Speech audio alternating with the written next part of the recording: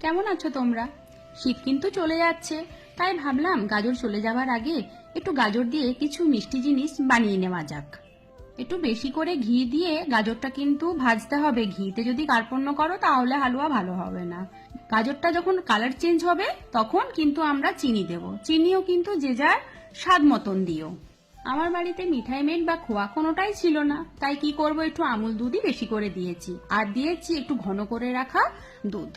দুধ দেবার পর কিন্তু হাই ফ্লেমে সমানে ওটাকে নাড়তে হবে, তাহলে কিন্তু তলা লেগে যাবে। দুধও শুকিয়ে আসবে, গাজরও সেদ্ধ হয়ে যাবে। তারপর ঘিয়ে ভাজা কাজু, আমন্ড এগুলো দিতে হবে। আমি কিশমিশ দিইনি, তোমরা কিন্তু কিশমিশ অবশ্যই দিও। শেষের দিকে গ্যাসের ফ্লেমটা লো করে দিতে হবে। নামাবার আগে আবার একটু ঘি, এলাচ গুঁড়ো আর একটু গোলাপ জল দিও। শুকনো শুকনো করে নেড়ে নামিয়ে নিলে তৈরি গাজরের হালুয়া। সবাই কিন্তু বানিও, কেমন লাগলো বলো। ঠিক আছে, থ্যাংক ইউ।